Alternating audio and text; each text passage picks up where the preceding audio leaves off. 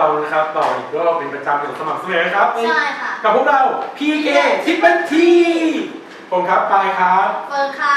วันนี้เรามาพูดถึงอะไรครับพี่เฟิร์นมาพูดถึงไบออดอีกสักคลิปนึงนะคะแต่ว่าเป็นคนละยี่ห้อแต่ที่เคยพูดไปเมื่อ2 คลิปที่แล้วอันนี้เป็นยี่ห้อโฟนิกนั่นเองใช่โฟนิกส์ค่ะ2 คลิปที่แล้วที่เราพูดไปก็เป็นของ Award แล้วก็อีกอันนึงก็เป็นของ AMI เรียกว่าโฟนิกก็เป็นอีกยี่ห้อนึงของไบออดนั่นเองสำหรับรหัสเสียงปี๊บของโฟนิกเนี่ยนะคะก็จะเป็นเสียงปี๊บต่อเนื่อง4 ชุดถ้าเป็น4 ชุดเนี่ยแสดงว่าเป็นเกิดข้อผิดพลาดร้ายแรงค่ะนั่นคือมีปัญหาจะทำให้คอมพิวเตอร์เนี่ยเริ่มทำงานไม่ได้แล้วตัวอย่างเช่น3 ชุดก็มีนะพี่เฟิร์นไม่ใช่มี4 ชุดใช่ไหมแต่ถ้าเป็น4 ชุดเนี่ยจะร้ายแรง3 ชุดที่แบบพื้นฐานหน่อยเนาะใช่ค่ะโดยเสียงปี๊บเนี่ยจะเป็นแบบอาจจะเป็นเสียงปี๊บ2 ครั้งหยุดครู่นึงเสียงปี๊บ1 ครั้งหยุดครู่นึงเสียงปี๊บ1 ครั้งหยุดครู่นึงแล้วตามด้วยเสียงปี๊บ3 ครั้งค่ะอาจจะแสดงด้วยแทนด้วยนะคะ2 1 1 3ค่ะใช่ครับแล้วหนักเสียงจะเป็นปิดปิดปิดปิด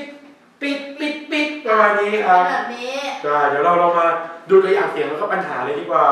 ถ้าเป็นแบบ1 1 3เนี่ยครับก็จะเป็น CMOS นะครับมีปัญหามันไม่สามารถอ่านหรือเขียนได้มันจะเป็นลักษณะปิดปิดปิดปิดปิดมันจะไม่มันจะโอเคหรือถ้าเป็น1 1 4ครับจะเป็น BIOS มีปัญหานั่นเองจะเป็นยังไงคะปิดปิดปิดปิดปิดปิดแล้วก็ที่เสียงเพลงเขาได้ต่อไปค่ะเป็น1 2 1ค่ะอาจจะเป็นปัญหาที่วงจรตั้งเวลาตัวหลักบนเมนบอร์ดมีปัญหาได้ค่ะใช่ครับต้องตัวอย่างไหมไม่ต้อง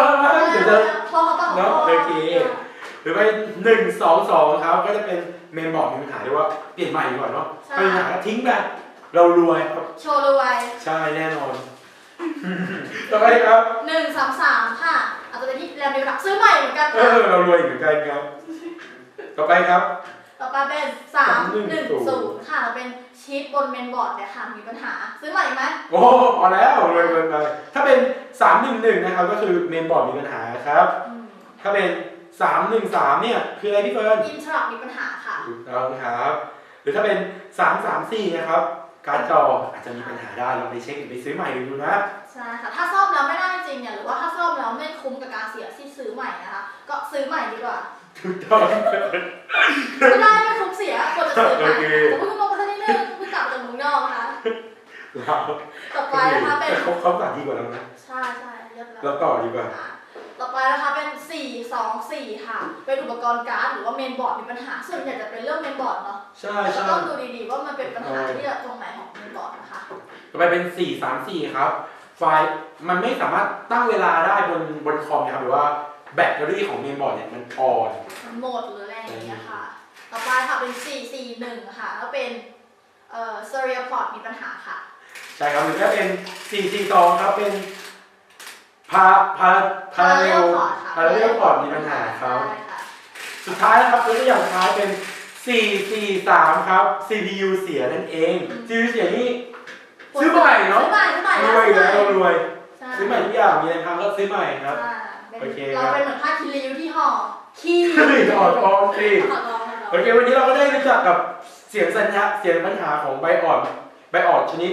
โฟนิกมายี่ห้อโฟนิกนั่นเองค่ะแต่มันไม่ได้มีเพียงเท่านี้นะครับของโฟนิกเนี่ยมีแบบเยอะมหาศาลเลยเยอะมากก็ลองเพื่อนๆก็ลองฟังนะคะก็สังเกตให้ดีว่าสมมติว่าไบออดเนี่ยมันเริ่มมีปัญหาปุ๊บเนี่ย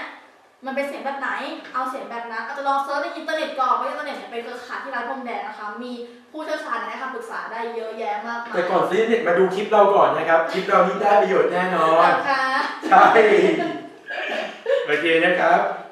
โอเควันนี้ก็คร่าวๆประมาณนี้อันนี้เรียกว่าเป็นคลิปสุดท้ายของเราหรือเปล่าใช่ค่ะไม่มีกลับถ้ามีคลิปหน้าอีกเนี่ยเราก็ได้เจอกันใหม่ใช่แต่ว่าคงจะเป็นคลิปสุดท้ายเพราะว่าอาจารย์ให้เราทำแค่10 คลิปนะคะ